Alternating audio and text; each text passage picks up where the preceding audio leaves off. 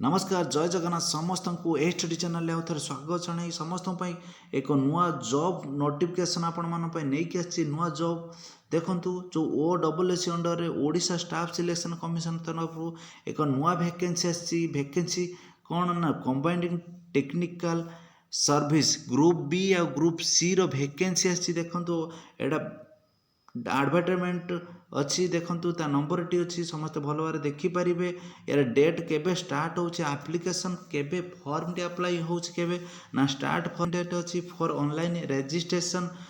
on start application केते 20/12 ठारू तार रजिस्ट्रेशन स्टार्ट हो तार last date registration last date केते ना 19/9/2024 पर्यंत तार रजिस्ट्रेशन लास्ट डेट समस्त भल भाव देखु भल भाव बुझंतु तार लास्ट डेट अच्छी केते ना 19/9/2024 तार रजिस्ट्रेशन लास्ट डेट अच्छी एप्लिकेशन जो सबमिट हम तार लास्ट डेट अच्छी केबे ना 22/1/2024 तार एप्लिकेशन सबमिट लास्ट डेट अच्छी एटा भल भाव बुझे तार देखु डाटा फॉर एडिटिंग जो मानकर भूल हो कि किंबा एप्लिकेशन किछि भूल हो तार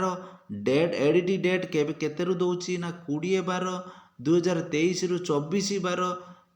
24/1/2024 पर्यंत दउची देखंतु तार लास्ट डेट ठीक अछि केते 22/1/2024 ताने 23/24 2 दिन रहिला तार एडिट करिया पई तार फॉर्म टी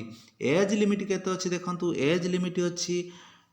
मिनिमम एज 21 अच्छी मैक्सिमम एज 38 देखु एज क्राइटेरिया केबेठू हम 1/1/2023 कि 21 वर्ष हो आउ 1/1/2023 कि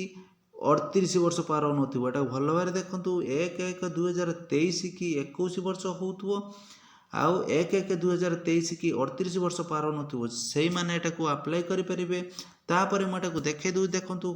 केते रु केते डेट ऑफ बर्थ थिले आपण एटाको अप्लाई करि परिबे देखंतु डेट ऑफ बर्थ 2/1/1985 रु 1/1/2002 जार डेट ऑफ बर्थ थिबो सेही माने एटाको अप्लाई करि परिबे भलो भार देखंतु 1985 रु 2002 पर्यंत दा डेट ऑफ बर्थ थिबो सेही माने एटाको भलो भारे अप्लाई करि परिबे तार वैकेंसी जो पोस्ट कौन कौन अच्छी कंबाइंडिंग टेक्निकल सर्विस जो ग्रुप बी आ ग्रुप सी रो जो वैकेंसी ता क्वालिफिकेशन केते कौन पोस्ट अच्छी मु सब एथिरे आलोचना करछि देखंतु जूनियर माइनिंग ऑफिसर केते 196 वैकेंसी अच्छी तार क्वालिफिकेशन कौन ना डिप्लोमा माइनिंग इंजीनियर हेतिवा दरकार जो जूनियर माइनिंग ऑफिसर रो वैकेंसी केते ना 196 वैकेंसी अच्छी तार क्वालिफिकेशन कौन अच्छी ना डिप्लोमा रो जूनियर माइनिंग ऑफिसर रे करिथिवा दरकार जूनियर माइनिंग इंजीनियरिंग करिथिवा दरकार तापर देखंतु जूनियर एमवीआई जो जूनियर एमवीआई रो पोस्ट केते अछि ना 48 टा पोस्ट अछि तार क्वालिफिकेशन कोन ना diploma automobile and auto mechanical engineer होइथिवा दरकार तापर देखंतु junior engineer civil and mechanical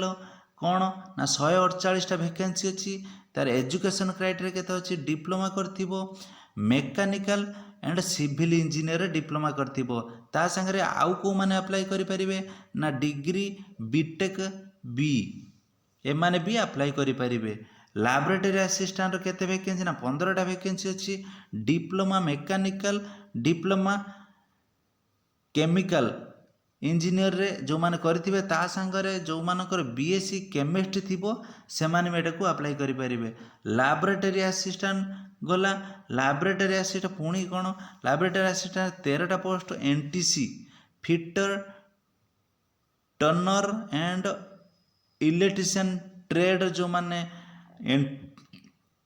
जो मैंने आईटीआई करथिबे सेही माने एटाको अप्लाई करि परिबे देखंतु भल भाव भिडियोटी आरंभ शेष पर्यंत देखिए आवेलेबल ऑनलाइन फॉर्म 20 तारीख 20/12/2023 पाखु यार डेट आरंभ हो समस्ते भल भाव भिडियोटी आरंभ शेष पर्यंत देखंतु जदि के भिडियोटी आपको भल लगे गोटे लाइक करेंगे टोटाल वैकेंसी देखंतु यार केते अछि ना टोटाल वैकेंसी अछि केते ना 430 टी वैकेंसी अछि